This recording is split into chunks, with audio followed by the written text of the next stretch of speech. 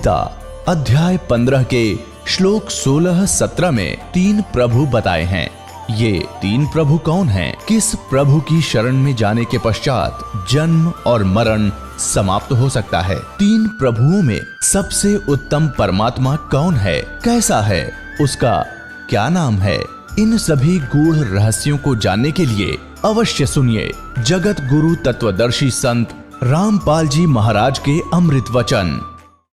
राम रटत कोड़ी भलो, चू चू पड़े जो चाम, वो सुंदर शरीर किस काम का, जा मुख नाही नाम। जिव्या तो वाए भली, जो रट हरि नाम, नहीं तो काट के फेंक दियो, ये मुख में बलो न चाम। परमपिता परमात्मा स्वयं आकर के अपनी प्यारी आत्माओं को यथार्थ मार्गदर्शन करते हैं, सही दिशा देते हैं। उनके द्वारा दिए गए ज्ञान को सूक्ष्म वेद कहते हैं। और सूक्ष्म वेद में परमात्मा हमें बता रहे हैं कि यहाँ के जो सुख आप देख कर इसी में सीमित हो गए, ये गलत है। ठीक है, संस्कार वश आपके परिवार है, आप परिवार पोषण के लिए भी कार्य करते रहो, लेकिन भगवान के इस नाम को, इस भक्ति को, इसको साथ रखो। ये आपके इस संस्कारों को सुलझाने में आपको बहुत मदद करेगी। जैसे पहले हाथ से आटा पीसते थे, हाथ से पशुओं का चारा काटते थे, हाथ से पंखा करते रहते थे हवा प्राप्त करने के लिए, और भी बहुत से साधन तो अब वो ही कार्य पावर से होते हैं, जो उसका कनेक्शन ले लेते हैं बिजली से। अब वो कितने आसान हो गए। 1 घंटे में मनमाना 2 टोकरे सानी नहीं, वो चारा नहीं कटे आदमी पर, जो बढ़िया मशीन आ गई थी वो हाथ से चलाने वाली, और 1 घंटे में ढेर लगा दे, बिजली का कनेक्शन मिल जाए, पावर से वो काम कट कट कट कट ढेर लगा देता है। इसी प्रकार हाथ से पीसने से 2 घंटे में 2 किलो आटा नहीं पूरा होता था, और 2 घंटे में भर दे 2 बोरी, आज चाकी पावर से चलने वाली। तो कहने का भाव ये है कि आप जी जो कार्य कर रहे थे वो आपका केवल संस्कार मिल रहा था आपको। अब परमात्मा की पावर आपके साथ होगी तो फिर पावर से काम होंगे आपके, कबीर भगवान वाली शक्ति थे, फिर देखना कितने आसान हो जाएंगे। तो हमें ये साथ रखना था, लेकिन हमने साथ रखा, लेकिन वो कनेक्शन ठीक नहीं था, वो पावर पूरी नहीं थी जो हमारे काम कर सके थी। जैसे हम अन्य देवताओं की पूजा करते थे तो उनकी आप बैटरी कुछ सीमित सीमा की होती थी, और उनसे हमारे सब काम नहीं हो पाए थे। और उन्होंने भी एक नियम बना रखा है कि जो जैसे कर्म करेगा उतना ही फल मिलेगा। किसी के प्रारब्ध में कोई भी दुख है तो वो देवता, यहाँ तक कि ब्रह्म तक, और ये जो परब्रह्म जिसको कहते हैं अक्षर पुरुष तक, ये आपके प्रारब्ध में, आपके किस्मत में पूर्व निर्धारित जो संस्कार हैं उनमें कोई परिवर्तन नहीं कर सकते। मासा घटे न तिल बधे, विद ना लिखे जो लेख, सच्चा सतगुरु मेट कर ऊपर मारे मेख। तो पुण्यात्माओं, जब पूर्ण परमात्मा का नुमाइंदा, उसका कृपा पात्र संत या स्वयं मालिक आते हैं, 600 वर्ष पहले स्वयं परमात्मा आए थे, और उसमें कोई ऐसा प्रचार प्रसार का साधन नहीं था जैसा आजकल उपलब्ध है। आज तो कोई भी लल्लू पंजू जिसको मीडिया में टाइम मिल जाता है, टीवी के ऊपर बोलने का समय, वे 1 लाख 2 लाख न मूर्ख बना ले, क्योंकि जिज्ञासु उसको संत जानकर उसके पीछे लग लेते हैं। और उस समय 64 लाख शेष परमात्मा के हुए थे, वो कोई ज्ञान से नहीं। ज्ञान तो परमात्मा ये वाणी बोलते ही थे जो आत्मा को खींचती है, लेकिन उनको सुख दिए थे। वो दुखी देख नहीं सकता अपनी प्यारी आत्माओं का, वो परमात्मा है, दयालु है। तो वो क्या बताते हैं, तो उसके लिए बताया है कि मासा घटे न तिल बधे, विद ना लिखे जो लेख, और सच्चा सतगुरु मेट कर ऊपर मारे मेघ। अब सच्चा सतगुरु कहा है गरीबदास जी ने कि जैसे गुरु, वैसे गुरु शब्द पर्याप्त है। गुरु का अर्थ होता है मार्गदर्शक, लेकिन ये नकली गुरु हो गए, इसलिए सतगुरु कहा। अब कलयुग में ये सतगुरु भी नरे हो गए, जैसे राधा स्वामी, धन सतगुरु, ये सारे अपने आप को सतगुरु बोल रहे हैं, और का पता नहीं है भी इसी अध्यात्म मार्ग का। तो इसलिए सच्चा सतगुरु कहा। काल ने उलझाने में कसर नहीं छोड़ रखी अध्यात्म ज्ञान को। कबीर साहब कहते, नौ मन सूत उलझिया ये ऋषि रहे जखमार, और सतगुरु ऐसा सुलझा दे उलझा ना दूजी बार। तो वैसा सुलझा दिया पुण्यात्माओं। इस कलयुग में यो अध्यात्म ज्ञान नहीं उलझेगा, चाहे कोई सर पटक लियो, भक्ति करियो चाहे ना करियो, वो अलग बात है। अब क्या कहते हैं कि मासा घटे ना तिल बधे किसी भी साधना से। आपके प्रारब्ध के अंदर, आपकी किस्मत में जो लिखे हुए आपके संस्कार हैं, जो आपके ऊपर कष्ट आने हैं, मृत्यु होनी है, वो बदल नहीं सकते। लेकिन पूर्ण संत, उस कबीर परमात्मा का सच्चा नुमाइंदा, उसको खत्म करके, मिटा करके ऊपर मेख मार देना, यानी फॉर एवर दोबारा पनप नहीं सकते। मेख मारन का अर्थ ही होता है। अब आपको उस परम पिता परमात्मा कबीर जी से प्राप्त इस सत भक्ति से जो लाभ हुए हैं, कुछ पुण्यात्माओं का अनुभव आपके सामने रूबरू करते, वो सुनिएगा। सत सही। अभी आपने परमात्मा से प्राप्त राहत उन श्रद्धालुओं के मुख कमल से सुनी। पुण्यात्माओं, आप अभी अध्यात्म मार्ग के अंदर बिल्कुल बच्चे हो, जिसमें आप इस ज्ञान से परिपूर्ण हो जाओगे, उसमें आपको जो भी आप कोठी, बंगले, कार, बैंक बैलेंस और यहाँ की जो संपत्ति एकत्रित करने में जो समय व्यर्थ करते हो, ये ऐसा लगेगा जैसे बालक, छोटे छोटे बच्चे खिलौनों से खेला करते हैं। जिस प्रकार परमात्मा अपनी वाणी में कहते हैं, होले सुहागण सुरता त्यारे मालिक घर जाना है हेतु तो। होले सुहागण सुरता त्यारे मालिक घर जाना है। नाले धोले ओढ़ पैर लेकर 16 सिंगार। नाले धोले ओढ़ पैर लेकर 16 सिंगार। आज नहीं तय तड़के परसों आवेंगे तेरे लड़ियारे। मालिक घर जाना है हेतु तो। होले सुहागण सुरता त्यारे मालिक घर जाना है। तेरे साथ किए कितनी जाली तू क्यों लारी वारे। तेरे साथ की कितनी जाली तू क्यों लारी वारे। ये गुड़िया खेलत जन्म गंवाया लाया है नहीं बेचारे। मालिक घर जाना है हेतु तो। होले सुहागण सुरता त्यारे मालिक घर जाना है हेतु तो। होले सुहागण सुरता त्यारे। सतगुरु हमारे बानिया है करते बनज व्यवहारे। सतगुरु हमारे बानिया है करते बनज व्यवहार। बिन डांडी बिन पालड़े है तोले दिया संसारे। मालिक घर जाना है हेतु तो। होले सुहागण सुरता त्यारे मालिक घर जाना है। अब परमात्मा आत्मा को जगा रहे हैं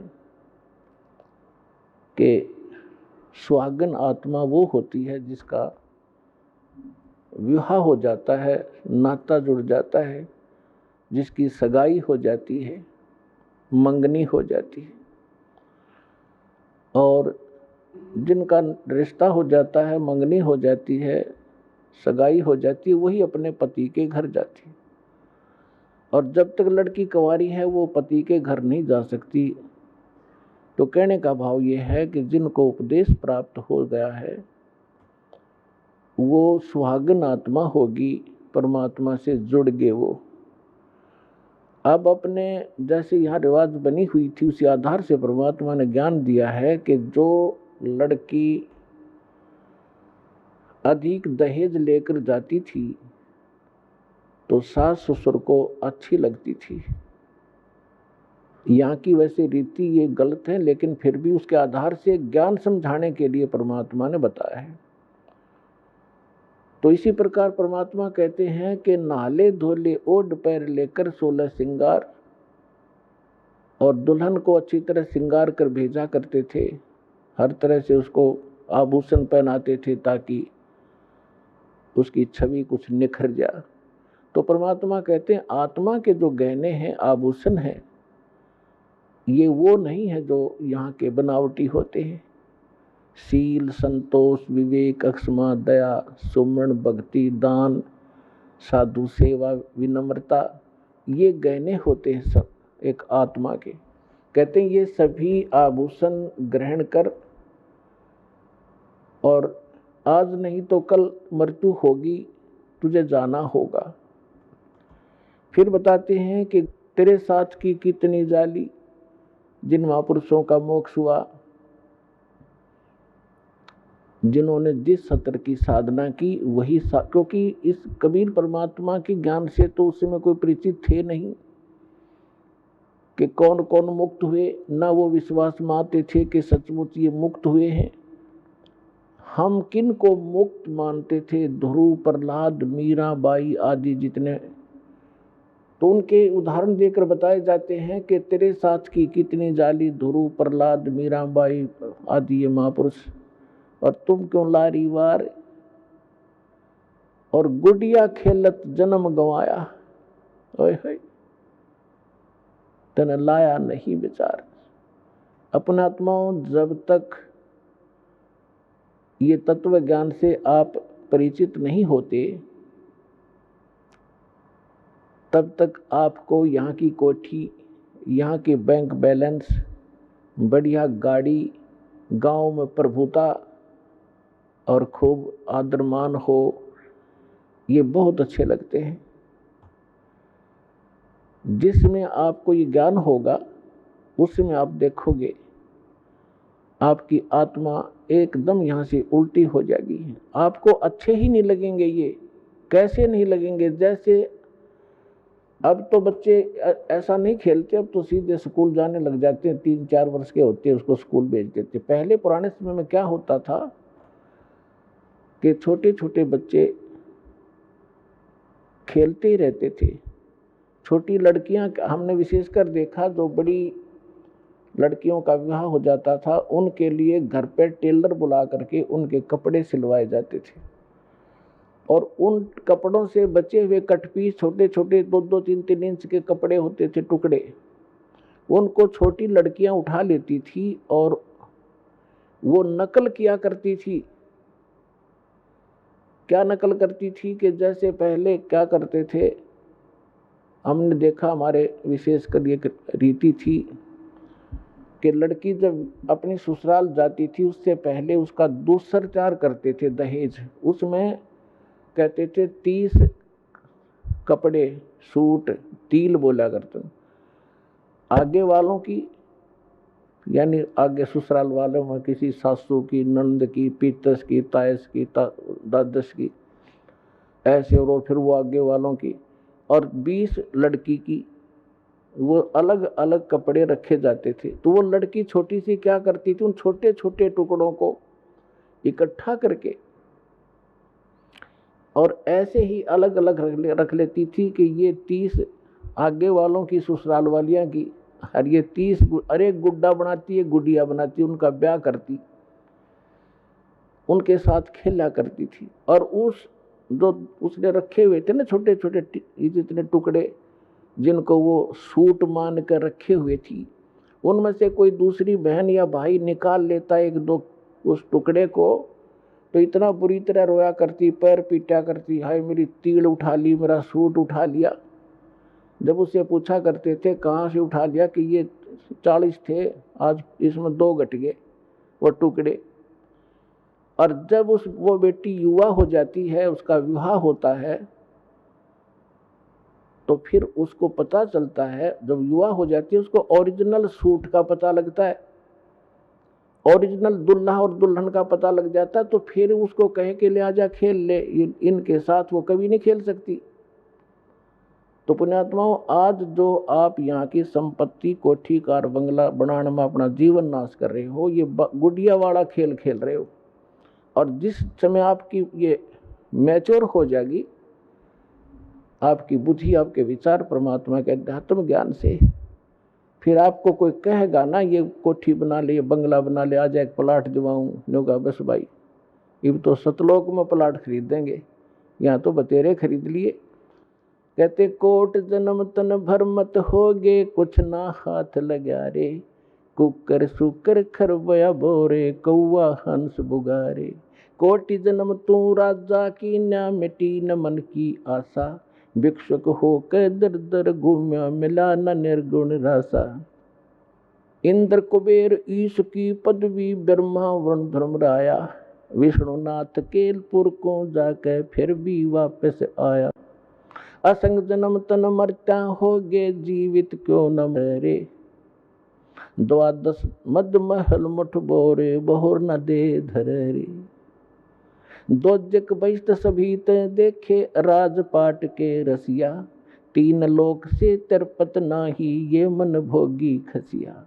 सतगुरु मिले तो इच्छा मिटे, पद मिल पदे समाना, चल हंसा उस लोक पुठाऊं, जो आदि अमर अस्थाना।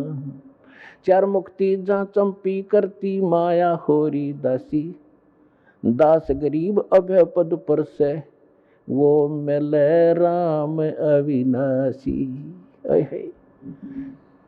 जिन महापुरुषों को परमात्मा मिले और स्वयं परमात्मा ने आके हमें जो यथार्थ ज्ञान बताया, वो हम तक पहुंचा नहीं, जिस कारण से हम भक्ति करके भी निष्फल रहे और 100 कष्ट हम भोगते रहे और साधनाएं भी करते रहे, क्योंकि हम साधना उन असमर्थ भगवानों की करते रहे जो हमारे भाग्य को परिवर्तन नहीं कर सकते थे। तुम कौन राम का जपते जापम, तात कटे ना तीनों तापम, समर्थ का शरणाग हो, रंग होरी हो, कबू न हो एकाज राम, रंग होरी हो।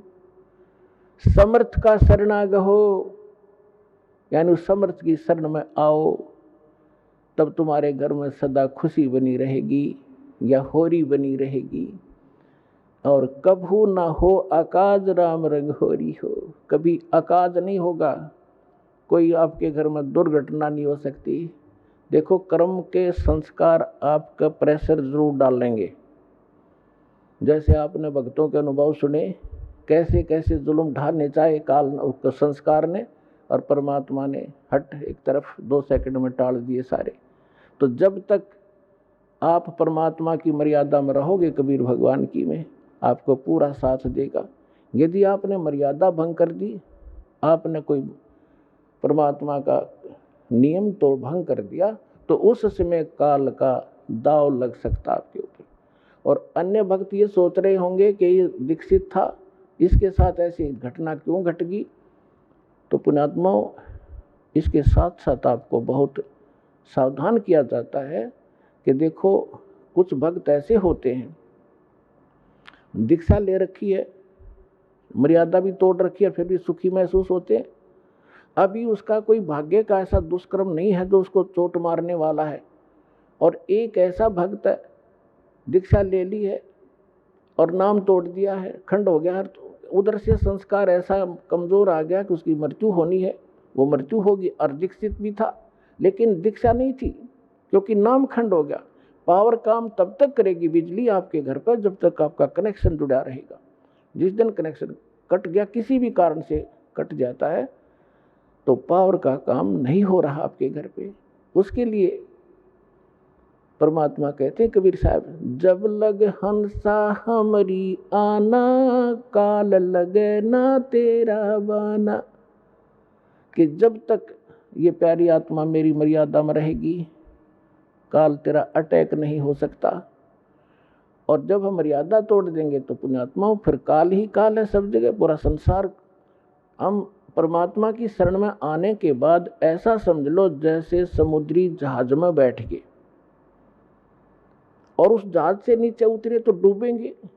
कहीं उतर लो, किसी साइड से गिर लो नीचे, तो जब तक आप इस परमात्मा की मर्यादा में रहोगे आपके ऊपर कोई दिक्कत नहीं आएगी। दूसरी बात ये होती है, परमात्मा जो भी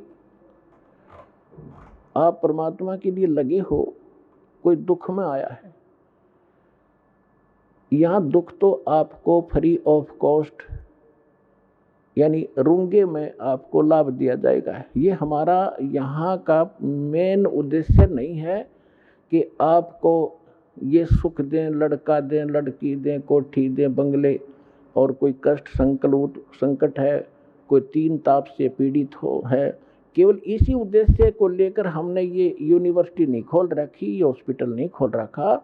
हमारा मूल उद्देश्य है जन्म और मृत्यु के दीर्घ रोग का नाश करने का, ये मूल काम है। इसके साथ साथ हम जो आपको यहाँ की जो और दुख हैं तो वो पहले निवारण किए जाते ताकि आपकी आस्था बढ़े भगवान में। और उसके बिना आप भगवान को पहचान नहीं सकते। अब जैसे कोई ऐसे जादू जंत्र करता था, सिद्धियां दिखाता था, तो धर्मदास जी कह रहे थे कि भगवान वो ऐसा संत है, ऐसे चमत्कार करता है। परमात्मा बोले वो संत नहीं जो चमत्कार करता है, वो महामूर्ख व्यक्ति है।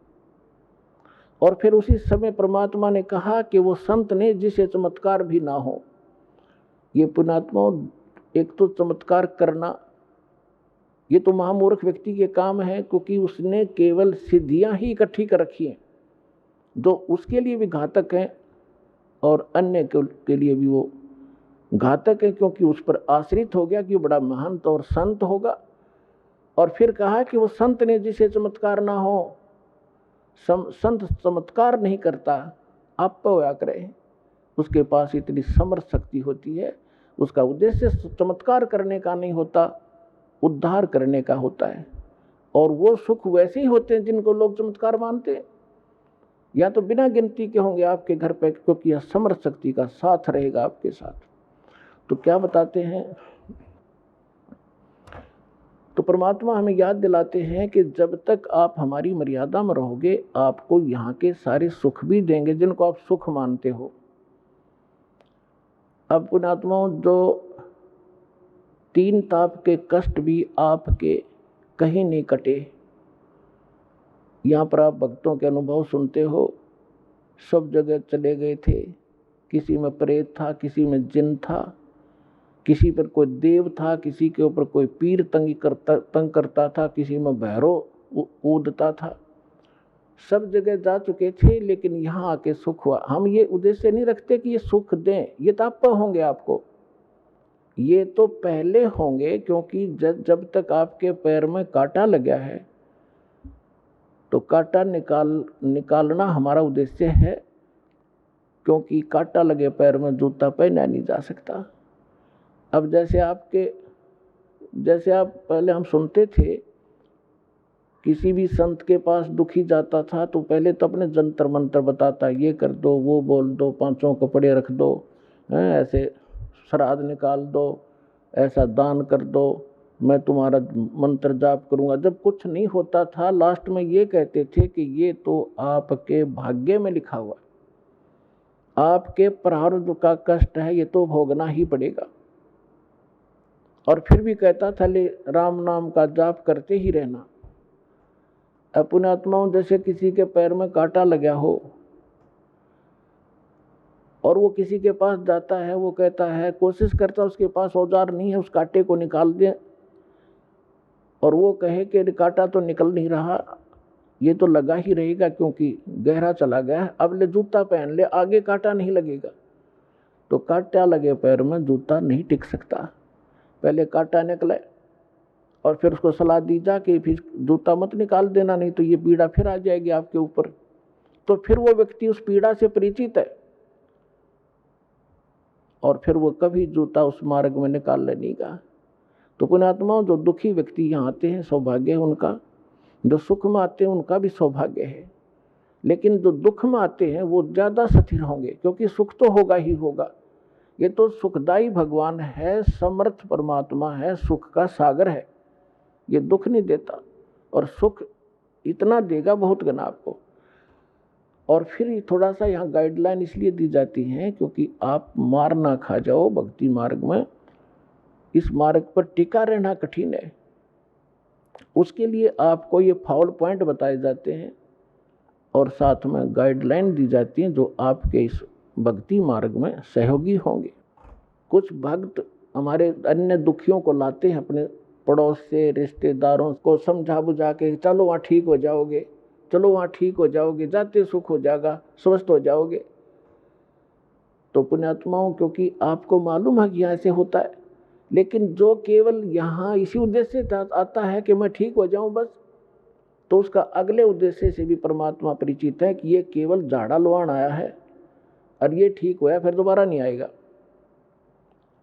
तो परमात्मा पुण्यात्माओं, इस दास ने 1994 से लेकर आज तक इस परमात्मा के से काफ़ी निकट सानिध्य का अवसर मिला है, और जो मालिक ने परमात्मा की शरण में इस दास के माध्यम से आने वाले भक्तों के सुख देखे हैं वो अद्वितीय है। लेकिन हमारी जब तक हम ज्ञान से परिचित नहीं होते तो आप कभी भी डगमग हो सकते हो। एक गांव में हमारा भक्त था, उसके यहाँ हम सत्संग करने जाते थे, 3-3 दिन का पाठ करते थे। जैसे यहाँ 3 दिन करते हैं वो पर एक घर में किया करते थे, क्योंकि इस सत भक्ति को हमने बेस बनाकर चलाना पड़ा।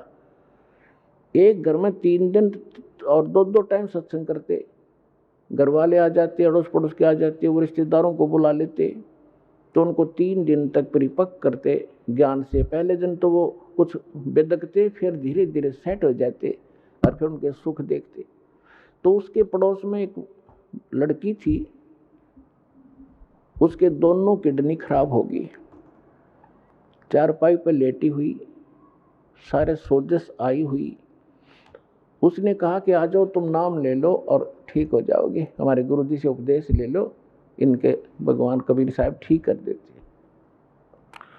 उन्होंने उस लड़की को ले आए, उन्होंने दीक्षा ले ली। फिर कहा, हमने कहा कि एक पाठ कराओ, फिर हम घर में ही करते थे। हम पाठ करने गए 10 दिन के बाद, वो लड़की ऐसे चारपाई पे लेटी हुई, 10-15 दिन उसने थोड़ा बहुत नाम जाप जैसा किया। हम गए तो वो उठा कर लाए उसको, दास भी वही 3 दिन रहता था घर घर पे। मैंने कहा बेटी तू उठ और बर्तन साफ कर। भगत आए हुए खाना खा, जैसे ऐसे भंडारा होता था छोटा, 10-20 भगत 50 भगत आते थे आसपास के, बर्तन साफ कर। तो उसके घर वाले कहने लगे भक्तों से कि तो बैठ तो सकती नहीं, कैसे बर्तन साफ करेगी।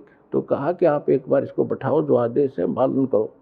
उसको ले जाकर पीढ़े पर बैठा दिया, जहाँ बर्तन साफ करे थे। 2 घंटे बर्तन साफ करे उस लड़की ने, और तीसरे दिन अपने आप उठकर चल पड़ी। बोलो सतगुरुदेव।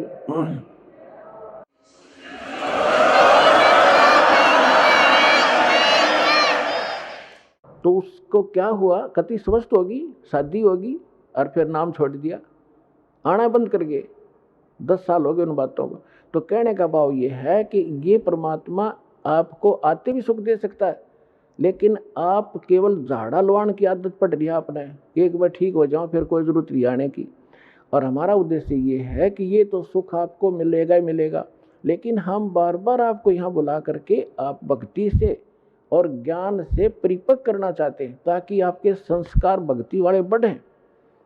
एक कष्ट तो आपका दूर हो गया, आपके तो जीवन में 20 और हैं ऐसे ऐसे, फिर वो तोड़ देंगे दे या आपकी बहुत बुरा हाल कर देंगे। तो पुण्यात्माओं, ये ना समझना कि आप ठीक नहीं होगे, सभी ठीक होंगे, लेकिन परमात्मा अपने हिसाब से करेगा और लेकिन आप पर आपत्ति नहीं आने देगा। तो इसलिए आप परमात्मा के इस ऑपरेशन में जो कर रहा है इसमें ऑब्जेक्शन मत करना। जैसे कोई रोगी है और डॉक्टर के पास जाता है, डॉक्टर अपने हिसाब से कर रहा है, तो उसमें बीच में अगर मरीज अपनी टांग अड़ावे कि ना ऐसे नहीं ऐसे कर दे, तो वो काम बिगाड़ देगा, वो ऑपरेशन खराब हो जाएगा उसका। तो परमात्मा आपको सुख देगा, आपके सिर पर हाथ रखेगा, आपके बच्चों की सुरक्षा करेगा और आपको मोक्ष देगा। आप विश्वास के साथ लगे रहना। बोलो सतगुरुदेव।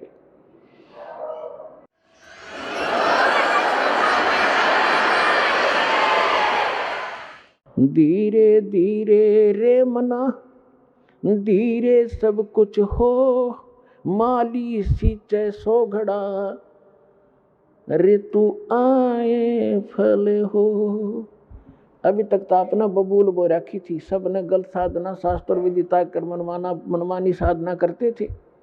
अब आपने ये आम का बीज प्राप्त हुआ है, अब आपने बीजा है, इसकी सिंचाई करो। इस सत नाम की, इस मंत्र की जो भी ये प्रोसेस है पूरा, ये सारा आपके इस जीवन में भी लाभदायक है और मोक्ष भी देगा। तो जैसे आम के पौधे को कोई बीजता है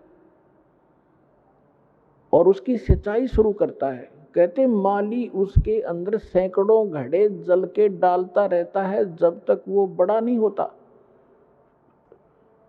और जब वो बड़ा हो जाता है, पेड़ बन जाता है, फिर देखना उसके फल कैसे लदपद हो जाएंगे। आप भी खाओगे, अड़ोसी पड़ोसी भी तोड़ ले जाएंगे, अचार बनाओगे और पका के खाओगे, और फिर भी समाप्त नहीं होंगे। तो ये आम का यानी सत भक्ति रूपी पौधा आपने इब बोया है, इसमें थोड़ा समय देना भगवान को, अगले दिन फल तोड़ने की चेष्टा ना करना, लेकिन ये समर्थ है, कुछ सहयोग आपको वैसे अपने कोटे से देना शुरू कर देगा। समर्थ है ये, अपने भी कोटे से आपको राहत देगा। नहीं आपके संस्कार अच्छे नहीं थे, अच्छे होते तो अब यहाँ दुखी नहीं होते। तो आपको परमात्मा पहले अपने कोटे से राहत देना शुरू करेगा, फिर आपकी भक्ति रूपी पौधे को पेड़ बनाने के लिए ये साधन बताए जाते हैं। दान करो, 5 यज्ञ करो, यहाँ आओ। यहाँ आपको किस लिए बुलाया जाता है? आप देखते हो आपको यहाँ एक मेहमान की तरह रखा जाता है। आपके भाई बहन जो पहले से लगे हुए हैं आपके लिए भोजन तैयार करते हैं, आपके लिए मैट बिछाते हैं, सारी सुविधा करते हैं, ताकि आप परमात्मा के बच्चे हो और आप इस परमात्मा को पहचाने। यहाँ आओगे, कहते हैं संत मिलन को चालियो, तज माया अभिमान, जो जो कदम आगे रखे ओहे यज्ञ समान। कोई कहीं से भी आता है और वहाँ से चलने से पहले आप 100 प्रकार की व्यवस्था करते हो, 2-3 दिन पहले एडजस्टमेंट करना शुरू करते हो, तो वहीं से आपकी लगन और आपकी आस्था भगवान में के गुड अकाउंट में लिखी जाना शुरू हो जाती है। और फिर यहाँ आते हो, एक ये करने में लाखों रुपए लगा करते थे वो राजा लोग, और आपको क्या बताया है कि संत मिलन को चालियो। इस विश्व में पुण्यात्मा संत नहीं कोई, इस दास के अतिरिक्त। अभिमान ना समझना, ये मालिक का कुत्ता है और उसने ये संत बना दिया। और संत में वो गुण होते हैं जो भगवान ने बता रखे। संत मिलन को चालियो, तज माया अभिमान, और जो जो कदम आगे रखे ओहे यज्ञ समान। कोई कितनी ऊंची पोस्ट हो और कितना समृद्ध हो धन से, जिस प्रकार आदमी बच्चा रोगी डॉक्टर के पास जाता है, उसको पता लग जाता है तेरे दीर्घ रोग है, असाध्य रोग है, तो वो जाते ही डॉक्टर जो भी उसको आदेश देता है, इंजेक्शन लाऊंगा लगा दो जी, जांच कराओ वहाँ जाओ, अच्छा जी, लेट जाओ, लेट गया जी, कपड़े उतार दो, चेक करूँगा, लो जी। तो कोई अभिमान नहीं रखता, चाहे कितना बड़ा पद हुआ, उसको उसमें पद दिखाई नहीं देता, उसमें अपनी जान दिखाई देती। तो यहाँ जब आप इस परमात्मा के लिए चलो, एक बालक बन के, एक अधीन, एक रोगी समझ के, वैसे तो आपको ज्ञान हो जाएगा धीरे धीरे जीव की औकात क्या है। अब फूला फिरा बकवाद करे 2 मिनट में पैरालिसिस हो जावे, बांगा मुंह हो जा, मुंह मक्खी निकले और बढ़े इसके अंदर, मुंह बंद भी नहीं कर सकता। तो जीव की औकात का यहाँ पता लगता है इस ज्ञान से, हम क्या हैं, कितना सामर्थ्य है। हम समर्थ की भक्ति करके वहाँ चले जाएंगे जहाँ कोई कष्ट नहीं होता। तो यहाँ कहते हैं संत मिलन को चालियो तजमाया अभिमान, और जो कदम आगे रखे ओ हे यज्ञ समान। और फिर उस आधार, उस भाव से जब आप यहाँ आओगे दर्शनार्थ, तो जितने भी कदम वहाँ से लेकर यहाँ तक आपके बने, प्रत्येक आपकी एक यज्ञ के तुल्य पुण्यदायक होगा आपको। और फिर यहाँ पर 5 यज्ञ करवाई जाती हैं। प्रथम एक यज्ञ है धर्म की, आपका जो पैसा दान आता है, यहाँ भंडारे खुले चलते हैं, कहीं शेड लगाया जाता है, पंखे लाए जाते हैं, आपके लिए सारी व्यवस्था होती है। तो जैसा कि आप पुराणों में पढ़ा करते थे, शिव पुराण, विष्णु पुराण में आपको बताया है कि श्राद्धों के विषय में एक जानकारी दी है कि यदि कोई योगी को भोजन करा दिया जाए, योगी ये नहीं होता जो पेट का पानी हला कर दिखा दो, ऊपर न पैर करके खड़े हो जाए, नहीं। योगी माने परमात्मा से मिलने की जो चेष्टा सद्भक्ति कर रहा है, साधक, सत्य साधक को योगी कहते हैं, भक्त। तो जो एक भक्त को भोजन करा दिया जाए तो 1000 जो ब्राह्मण बुला रखे हो ना सारा आदमी जीवने के लिए, उनका भी उद्धार करे और यजमान का भी करे और उन पितरों का भी करे जिसके लिए तुम प्रयत्न कर रहे हो। और यहाँ आप सारे योगी हो, और यहाँ जो आपके निमित्त दान होता है, फिर आपको भोजन भंडारा होता है, तो इससे आपका भी उद्धार, आपके पितरों तक का भी उद्धार हो जाएगा। तो आपके द्वारा जो दिया गया दान है आपको यहाँ सफल करेगा। जैसे परमात्मा हर प्रत्येक ग्रंथ बताता है कि कुपात्र को किया हुआ दान व्यर्थ होता है और सुपात्र को दिया हुआ दान सफल होता है। फिर परमात्मा साथ साथ बताते हैं, एक यज्ञ है धर्म की, दूसरी यज्ञ है ध्यान, और तीसरी यज्ञ हवन की, चौथी यज्ञ परिणाम, और 5वीं यज्ञ है ज्ञान की। तो यहाँ 5 यज्ञ करवाए जाते हैं आपको। आप प्रणाम यज्ञ है, जैसे आप दंडोत प्रणाम करते हैं, लेकिन हृदय से करे, देखा देखी करी हुई उस प्रणाम का पुण्य नहीं मिलेगा। जैसे परमात्मा की वाणी में लिखा है, जय गोपाल दंडवत करो, बामे पैरों पड़ प्रणाम, पर दुआ करो दिल पाक से, असल सलाम। पाक दिल से, सच्ची श्रद्धा से प्रणाम करो, नम्रता से। देखो प्रणाम का उद्देश्य क्या है, आपको विनम्र बनाने के लिए कि इंसान में अभिमान ना रहे, और जब तक अभिमान रहेगा भगवान राज प्रसन्न नहीं हो सकता। और जैसे रावण ने जो साधना भक्ति की, पुण्यात्मा आप तो लाख जन्म नहीं कर सकते, इतनी कुर्बानी यहाँ से काट कर चढ़ा दिया, लेकिन एक त्रुटि रही, उसने अभिमान नहीं गया, और वो अभिमान उसको खा गया, लेकर डूब गया। कुल का नाश कराया, अपना नाश कराया, भक्ति नाश करा लिया। तो सबसे पहले अपने भगत के अंदर आधीनी होनी चाहिए। एक प्रमाण बताया है परमात्मा ने, एक उदाहरण दिया है। एक अजाजिल नाम का भक्त था, साधक था। अब जैसा हमने गुरु मिलते हैं, हम उन गुरुओं को कंप्लीट मान के, संपूर्ण मान के उसके आदेश का पालन कर लेते हैं। जीव की तो इतना ही काम होता है श्रद्धालु का। अब इन्होंने क्या कर रखा है कि राम नाम की गाड़ी की ब्रेन में टिक रखी है। किसी ने एक पहिया ले रखा है व्हील, उसको घुमा रखा है, जाइए राम नाम की गाड़ी, तुम भी दिखाओ इसको। किसी ने एक स्टीयरिंग ले रखा कि यार राम नाम की गाड़ी है। अब जैसे कोई हवन करते फिरते हैं, कहते हैं यह भक्ति है। कोई सुबह शाम के नित्यनेम कर लेते हैं, छोटे मोटे गीता का, कोई वेदों का, कोई कहते यही भक्ति है। ये सारी मिला के भक्ति बना है। तो उसको एक पहिया दे रखा था उसके गुरु ने कि बेटा प्रणाम करा कर, और प्रणाम करने से तेरा स्वर्ग में वास हो जाए। क्योंकि ये जो यज्ञ हैं, जब तक हमें सत्साधना न मिलती है, स्वर्ग तक की साधना है। लेकिन हम इन यज्ञों को स्वर्ग के लिए नहीं, अपने मोक्ष के लिए प्रयोग करेंगे। हम जिसका हमारे ऊपर कर्जा है उनको ये पकड़ा देंगे कि आप अपना ये ऋण पकड़ो, हमने तुम्हारे लोक में वो रेस्टोरेंट नहीं चाहिए, हम आगे को चलने वाले हैं। उस अजाजील ने अपने जीवन काल में, पहले लाखों वर्षों की आयु होती थी, 1 अरब प्रणाम की, दंडवत प्रणाम लेट लेट के। और जब वो ऊपर गया, विष्णु जी को इष्ट मानता था, विष्णु जी के लोक में गया। अपने आत्मा जो भी क्रियाएं आप यहाँ कर रहे हो, जैसा भाव आपका है, आपकी भी ऐसी परीक्षा होगी त्रिकुटी पर जाकर, और जैसी श्रद्धा आपकी इस दास के प्रति यहाँ होगी, ऐसी वहाँ होगी, तो वहाँ परमात्मा आपको इस दास के रूप में मिलेगा।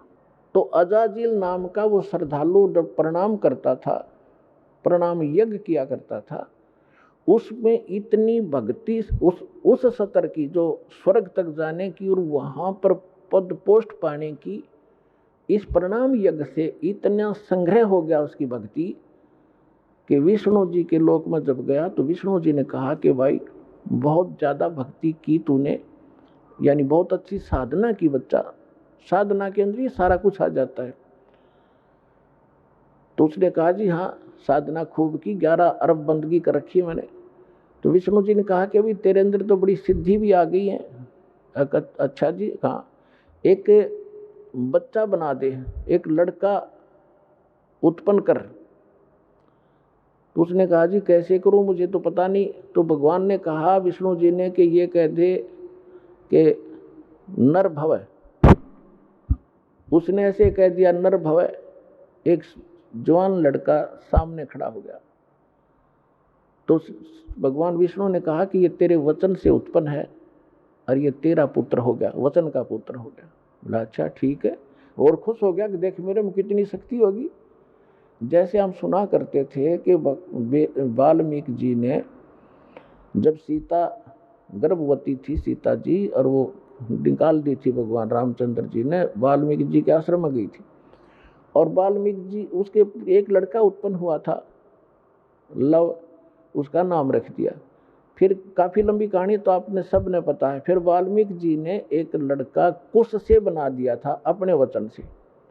आज के युग में तो ये लोग मानने को तैयार नहीं, क्योंकि साइंस खा गई इनके बुद्धि ने, अध्यात्म वाली बुद्धि ने, लेकिन वो सही था। अब वो जितनी बैटरी चार्ज की थी वो उतना थोड़ा बहुत कर सकते हैं। तो उसे भगवान या मोक्ष, भगवान नहीं बन गए वो, और मोक्ष नहीं हुआ उनका। तो वहाँ जब वो लड़का हुआ तो बड़ा खुश हुआ कि स्वर्ग में मेरा एक पुत्र हो गया, यहाँ इसके साथ रहा करूँगा। फिर भगवान विष्णु ने कहा कि अजाजील इसको प्रणाम कर, दंडवत। अब वो तो उसका तो गेम में यही था, इसी मैच के कारण, गेम के कारण तो यूँ इस पद पर पहुंचा था। तो उसने बोला ना करूं इसको। क्यों भाई? भगवान बोले क्यों नहीं करे इसको प्रणाम? कि ना करूं, ये तो मेरा पुत्र है, मेरे वचन से हुआ है। अब भगवान विष्णु ने सोचा ये तो भाई फेल हो गया परीक्षा में। फिर भी उन्होंने सोचा चल थोड़ा सा इसको ग्रेस मार्ग दे देता हूँ, जब बुद्धि काम कर जाती इसकी। उस लड़के को अपने जहाँ वो खड़े थे बाउंड्री के अंदर, उससे परली साइड भेज दिया, और उसमें एक गेट था, इतना एक बाईपास रास्ता था, उसमें झुक कर जाना पड़ता था नो बाहर निकलने के लिए। वो लड़का तो परली साइड निकल के खड़ा हो गया। अब भगवान ने सोचा इस अजाजील को मैं इस गेट से निकाल ले चलता हूँ, और ये झुके ज्ञाना से झुक कर निकलेगा तो मैं मान लूँगा भी चल इसका ये नाश ना होगा भक्ति का, जिसी भी इसने भक्ति की है। तो भगवान भी समेत मुकुट के झुक के निकल के, उसका सामने लड़का खड़ा था। अजाजील से कहा कि आजा अजाजील, तुझे स्वर्ग की सैर करा के लाता हूँ।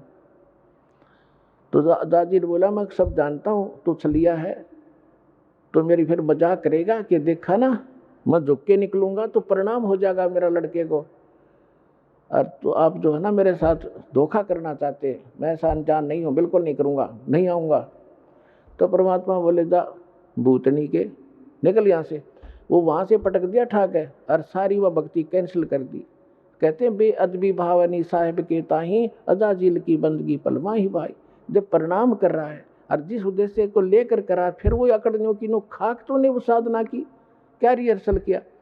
तो पुण्यात्माओं, ये जो रिहर्सल आपसे कराई जाती है, कहते हैं जय गोपाल दंडवत कर और पैरा पड़ प्रणाम, दुआ करो दिल पाक से, असला असली इस्लाम। तो इस प्रकार आपको यहाँ जो रिहर्सल कराई जाती है, जो ज्ञान दिया जाता है, ये आपके इस भक्ति रूपी सफर में कदम कदम पर आपका काम आओगा। और ये प्लस और माइनस, ये फॉल पॉइंट आपको बताए जाते हैं ताकि आप इस भक्ति को नाश ना कर लो। कहते हैं जैसे माता गर्भकुंड, जैसे माता गर्भकुंड रखे यत्न बनाए, ठेस लगे ते क्षण होवे तेरी ऐसे भक्ति जावे। आए है जैसे किसी बहन को गर्भ रहा हो, वो कितनी सावधानी बरतती है उस अपने लाल को, लड़के या लड़की को परिपक्व करने के लिए। जब करवट लेती है रात ने एकदम बिदक के उठे कि मेरे बच्चे का दाब ना लगी हो, ऊंचे नीचे पर चलती है तब कहीं पैर ऊंचे नीचे पर ना टिक जावे, कोई ऐसा खाना ना खा लूं जिससे मेरी गर्भपात हो जावे। तो इस प्रकार परमात्मा कहते हैं जैसे माता गर्भ को राखे यतन बना और ठेस लगे तो छन्न हो तेरी ऐसे भक्ति जा।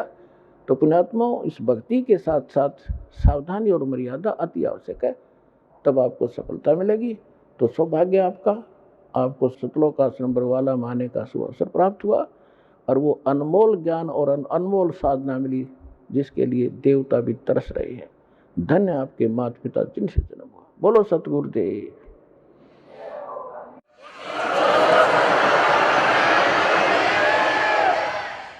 परम पिता परमात्मा पूर्ण ब्रह्म सर्व सृष्टि रचनहार कबीर देव कबीर परमेश्वर जी की असीम रजा से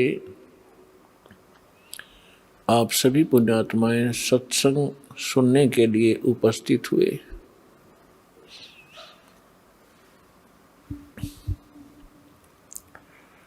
इस विश्व के अंदर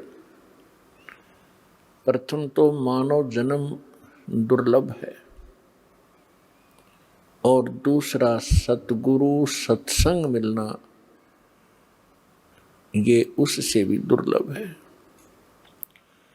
तो आप पुण्यात्माओं को वो दोनों ही पदार्थ सुलभ हैं। मानव शरीर प्राप्त है, सतगुरु और सत्संग प्राप्त है। तो पुण्यात्माओं, आप बहुत ही पुण्यकर्मी प्राणी हैं। यदि सतगुरु नहीं मिलते, आप कितने ही पुण्यकर्मी होते, आपके सभी पुण्य एक दिन अक्षीण हो जाने थे।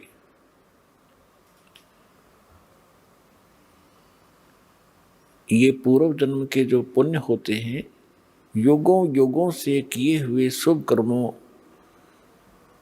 का जो आपका रिजल्ट होता है, परिणाम है, वो संग्रहित होता है और आगे फिर संग्रह करने के यानी पुण्य कमाने के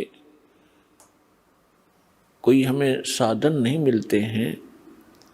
तो उस पुण्यकर्मी प्राणी जो पूर्व जन्म से युगों युगों से पुण्य इकट्ठे किए हुए हैं, उसकी ऐसी स्थिति होती है जैसे इन्वर्टर की बैटरी चार्ज कर ली जाए और चार्ज फुल होगी और फिर चार्जर उसका है नहीं, आगे चार्जर नहीं लगाया या कोई कनेक्शन नहीं है उसका बिजली से, चार्जर भी लगा रखा है तो वो कनेक्शन ठीक ना हो, लाइट ना हो उस स्विच के अंदर, तो फिर क्या कैसा महसूस होता है, कैसे लगता है, उसके साथ कैसा धोखा होता है। बैटरी पूर्व जन्म की चार्ज पहले की चार्ज है, इन्वर्टर चल रहा है, पंखे भी चल रहे हैं, बल्ब भी जग रहे हैं और आगे इन्वर्टर भी लगा हुआ है, आगे चार्जर भी लगा दिखाई दे रहा है, स्विच में लगा रखा है और स्विच में लाइट है नहीं, पावर नहीं है उसके अंदर। तो उसको कब पता चलेगा? जब वो इन्वर्टर की बैटरी डाउन हो जाएगी, झटके मारने लगेगी और झटके मार के वो बंद हो जाएगा। सब सुविधाएं जो बल्ब जग रहे थे, पंखे चल रहे थे, कूलर चल रहे थे, वो एकदम स्टॉप हो जाएंगे, बंद हो जाएंगे। तो पुण्यात्माओं, जो पूर्व जन्म के पुण्यकर्मी आत्माएं हैं,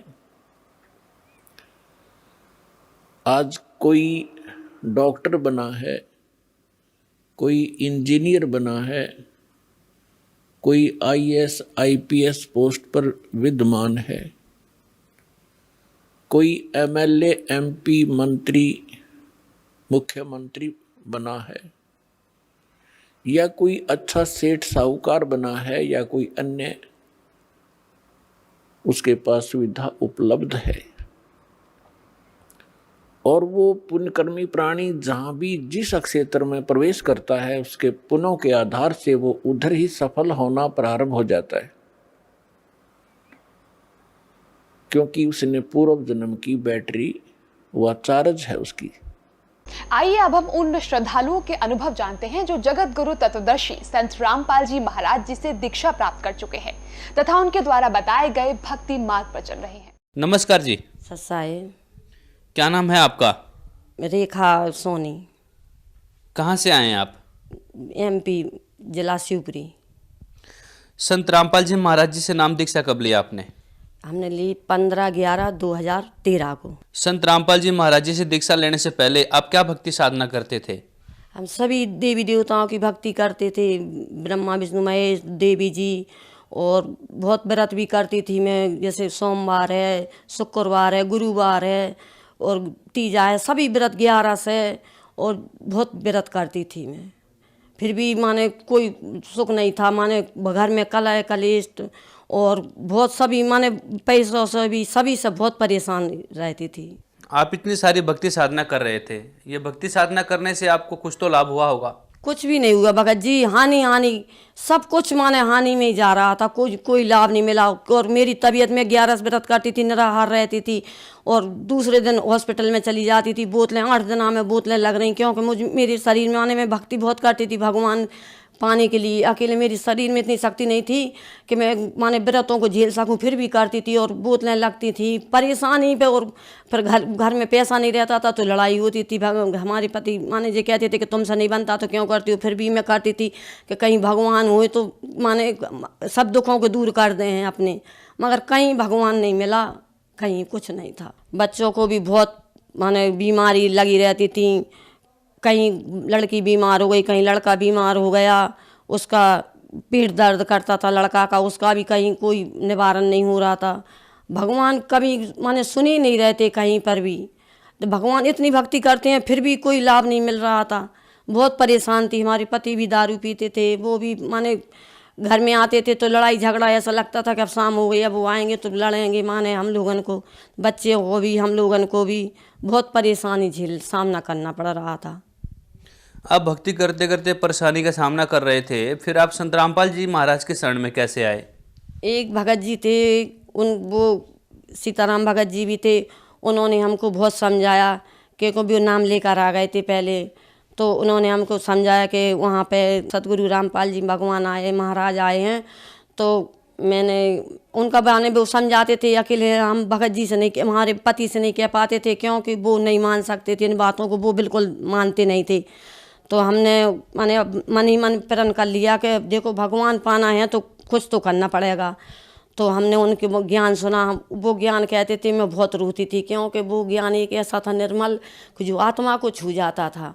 उनको माने तो मैंने कम से कम 4 महीने तक नहीं गई और वो बताते रहती, मैं सुनती रहती थी। तो हमने सतलोक आश्रम जाके और फिर नाम दीक्षा ले ली। बहन जी, आप बहुत ज़्यादा बीमारी और परेशानियों से जूझ रहे थे, फिर आप संत रामपाल जी महाराज जी के शरण में आए। और संत रामपाल जी महाराज जी के शिष्यों से हम जब भी मिलते हैं, उनके अनुभव सुनते हैं तो उन्हें कोई ना कोई लाभ अवश्य होता है। तो संत रामपाल जी महाराज जी से दीक्षा लेने के बाद आपको क्या लाभ हुए? सर जी, एक मेरी लड़की हैगी, उसको माने उसके ससुराल वाले बहुत ज़्यादा खाते पीते हैं, तो उसको मार पीट के उन्होंने भगा दिया था पहले।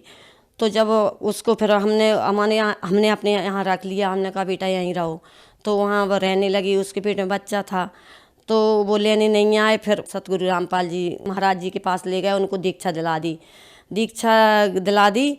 तो फिर वो घर आ गए, हम लोग अच्छी तरह से रहने लगे सब लोग। फिर उसके बाद डिलीवरी का टाइम आया तो उस डॉक्टर को दिखाया। डॉक्टर साहब जी कहने लगे कि तुम इसको शिवपुरी ले जाओ। शिवपुरी लाने ले गए हम, तो शिवपुरी में कहने लगे ग्वालियर ले जाओ। तो हमारे पास इतना पैसा भी नहीं था। हमने कहा कि नहीं, हम कहीं नहीं ले जाएंगे, हम तो घर चलो। हमने अपने पति से कहा कि घर चलो, हम नहीं ले जाएंगे, अपने पास इतना पैसा नहीं है, क्योंकि उसको डॉक्टर ने कहा था कि उसका ऑपरेशन होगा। फिर हम उसको घर ले आए। घर ले आए तो नज़दीक डिलीवरी का टाइम नज़दीक आ रहा था। तो हमने फिर परमात्मा सतगुरु रामपाल जी महाराज जी से हमने अरदास लगाई कि हे परमात्मा, हमारे पास इतना पैसा भी नहीं है, हम कैसे इसका इलाज कराएंगे, और ऑपरेशन का बोल रहे हैं, कैसे ऑपरेशन कराएंगे। तो उन्होंने कहा बेटा चिंता नहीं करो, भक्ति करो तुम। तो हमने फिर बिल्कुल टेंशन फ्री हो गया। हमने कि चलो अब हमें कुछ चिंता नहीं है, परमात्मा अपने आप सतगुरु रामपाल जी महाराज वो ही करेंगे जो कुछ करना होगा, अच्छा बुरा। तो हम अपने रहने, फिर डिलीवरी का टाइम आया तो डॉक्टर कहने लगे गांव है, गांव में इतनी बड़ी ऑपरेशन माने कुछ भी वो नहीं है माने साधन। तो वो कहने लगे कि तुम इसको शिवपुरी ले जाओ। हमने कि नहीं, हम तो डिलीवरी यहीं कराएंगे। अगर हमारी किस्मत में जो होगा हमारे परमात्मा ही करेंगे बस, और कोई नहीं कर सकता। तो हमने उसकी डिलीवरी माने उसकी डिलीवरी हुई रात को 10 बजे हो गई डिलीवरी हो गई। और उसका बच्चा माने उसकी सांस चल रही थी, क्योंकि उसको बीपी इतना था, 200 बीपी था। सभी डॉक्टरों ने मना कर दिया था यहाँ डिलीवरी नहीं कराना, यहाँ डिलीवरी नहीं कराना। तो उसके बच्चा हो गया, तो उसका बिल्कुल सांस चल रही थी उसकी, और उसमें कुछ नहीं था। सुबह डॉक्टर आए, बोले कि कैसा होएगा आपका बच्चा। हमने कही डॉक्टर साहब बच्चा तो बिल्कुल माने मरा हुआ है, इसको सांस अकेली चल रही है। तो बोले ठीक हो जाएगा। सो वो चले गए। वो तो ऐसे कह के अब हम डाले रहे 2 दिन तक 3 दिन तक। हमने कहा इसको यहाँ पर कुछ देख रेख हो जाएगी, घर ले जाएंगे। तो ये बिल्कुल ही फिर कुछ भी नहीं है। तो हम इसको घर ले गए तो उसमें सांस अकेली थी और कुछ नहीं था, ना दूध पी रहा था 3 दिन से ना कुछ। फिर हमने घर ले जाके उसको डाल दिया। और गुरुजी की फ़ोटो लगी थी, हमारे पास मंदिर है परमात्मा सतगुरु रामपाल जी का। तो हमने वहाँ पर उसको डाल दिया। हमने कहा परमात्मा आप इसको अगर देना है तो अच्छा कर दो, और नहीं इसको माने मार दो। जो माने जी इस लाश को 3 दिन से रखे हैं हम, इस क्या करेंगे इसका। तो इतना हमने बोला, और थोड़ी देर में उसको ऐसे झटकी आया, एकदम से झटका लेने लगा वो। और झटके लेकर 2-3 झटके तो उसने आँखें खोल दी, उसकी आँखें भी बंद थीं। फिर वो बच्चा माने दूध पीने लगा, अच्छा हो गया। वहाँ पे हमने अरदास लगाई, हमने कि परमात्मा सतगुरु रामपाल जी के यहाँ से हमने की मान लिया कि इसको जन्म आपने दिया है, और ये अच्छा माने ऐसा हो गया है। अब जिसको दूध ने, इसकी माँ भी अंधी हो गई थी, इसकी डिलीवरी हुई। तो हमने उसकी भी अरदास लगाई। हमने कि डॉक्टर बोले, हमने कहा था आपसे कि यहाँ डिलीवरी नहीं कराओ, और ये इसको कुछ भी हो सकता है। तो उसकी आँखें चली गई। हमने उसकी प्रार्थना लगाई। हमने कि सतगुरु रामपाल जी महाराज से हमने कि परमात्मा इसकी अंधी हो गई, जी डॉक्टर माने कुछ नहीं सुन रहे। तो परमात्मा का कहा बेटा सब सही हो जाएगा, तुम चिंता नहीं करो। तो उसकी आँखों की रोशनी 2-3 दिन में उसकी आँखों की रोशनी आ गई। बोले मम्मी हमें दिखने लगा थोड़ा थोड़ा। तो हमने कहा बेटा परमात्मा सही करेंगे। सतगुरु रामपाल जी महाराज ने उसकी आंखों की रोशनी दे दी, बच्चा को भी जन्म दे माने जीवित कर दिया। फिर वो उतना कुछ चलने ऐसा खचरने लगा। तो एक दिन भगोना रखा था सर जी, तो भगोना रखा था पानी का। मैं नहाने जा रही थी तो वो उसको मैंने ऐसे रख छोड़ दिया। तो मैं कपड़े ढूंढने लगी नहाने के लिए, तो कपड़ा नहीं मिल रहे थे मेरे। तो मैं बैठ गई, मैंने कि कपड़ा जाने कहाँ रखे। तो वो बच्चा चला गया भगोना के पास, और जाके उसमें, और उसने ऐसे मैंने उसको पकड़ के खड़ा हो गया वो, और उसमें गिर गया वो भगोना में। तो उसको पैर ऊपर हो गया और पूरा उसमें डूब गया, पानी का भरा हुआ था। तो मैंने देखा कोई ने मुझे माने मैं बैठी थी भीतर, मुझे ऐसा लगा कि कोई मुझसे, मेरे सतगुरु रामपाल जी कह रहे हो कि बेटा चली जा बाहर।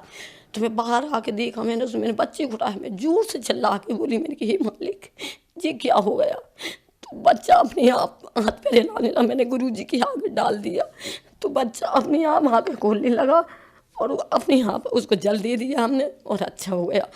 फिर हमने उसको रख के नहाने गए बहुत माने। फिर एक दिन ऐसा हुआ कि जी लड़की उसको नहला रही थी, नहला के और रो रहा था। तो मैंने कहा बेटा इसको दूध पिला दे तू।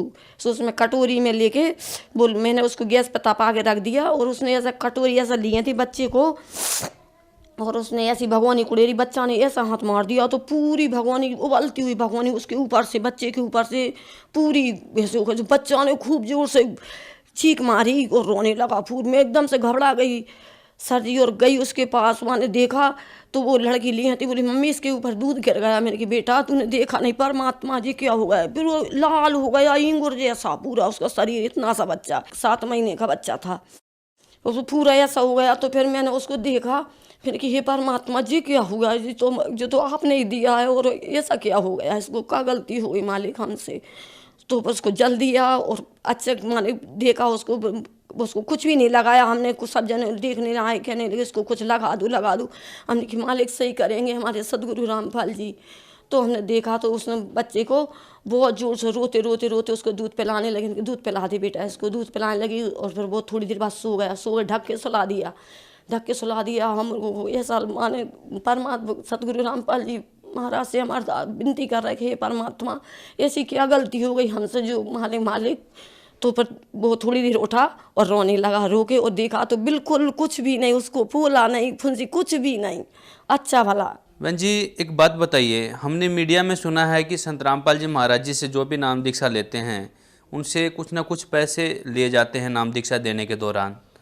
तो हम आपसे जानना चाहेंगे, आपने भी संत रामपाल जी महाराज जी से नाम दीक्षा ली, क्या आपसे कोई पैसा लिया गया था? नहीं, ये तो सब अफवाहें हैं, मीडिया वाले सब अफवाहें उड़ाते हैं, ऐसा कुछ नहीं है। वहाँ पे 1 पैसा भी नहीं लगता। हमारे तो लड़की थी, इतने से बच्चे थे, वहाँ पे दूध भी मिलता था, सब कुछ मिलता था खाने के लिए, ऐसा कुछ नहीं, 1 पैसा नहीं। अपनी इच्छा से अपन चाहो तो माने कुछ 10-5 रुपये अपन दान कर सकते हैं, ऐसा कुछ भी नहीं है। ये सब अफवाहें उड़ाई गई हैं। हम तो इतने से बच्चों को लेकर जाते थे भगत सर जी, कुछ भी नहीं है ऐसा वहाँ पे। जो श्रद्धालु आपको देख रहे हैं, आप उन्हें क्या संदेश देना चाहेंगे? सर जी मैं उनसे करबत दो के प्रार्थना करना चाहती हूँ कि देखो जी, मानुष जन्म कभी बार नहीं मिलता, मानुष जन्म दुर्लभ है, मिले ना बारंबार। तरवर से पत्ता टूट गया, बहुत न लगता डार। ये शरीर एक बार मिला है, बार नहीं मिलेगा। तो अब आकर और सतगुरु रामपाल जी महाराज से नाम दीक्षा लीजिए और अपना कल्याण करवाइए। जो श्रद्धालु संत रामपाल जी महाराज जी से नाम दीक्षा लेना चाहें तो कैसे ले सकते हैं? टीवी पर संत रामपाल जी महाराज जी का सत्संग आता है, उसके नीचे पट्टी आती है और उस पट्टी पर नंबर आते हैं, नंबर आप लगाकर और संपर्क कर सकते हैं। धन्यवाद जी। सत्साए।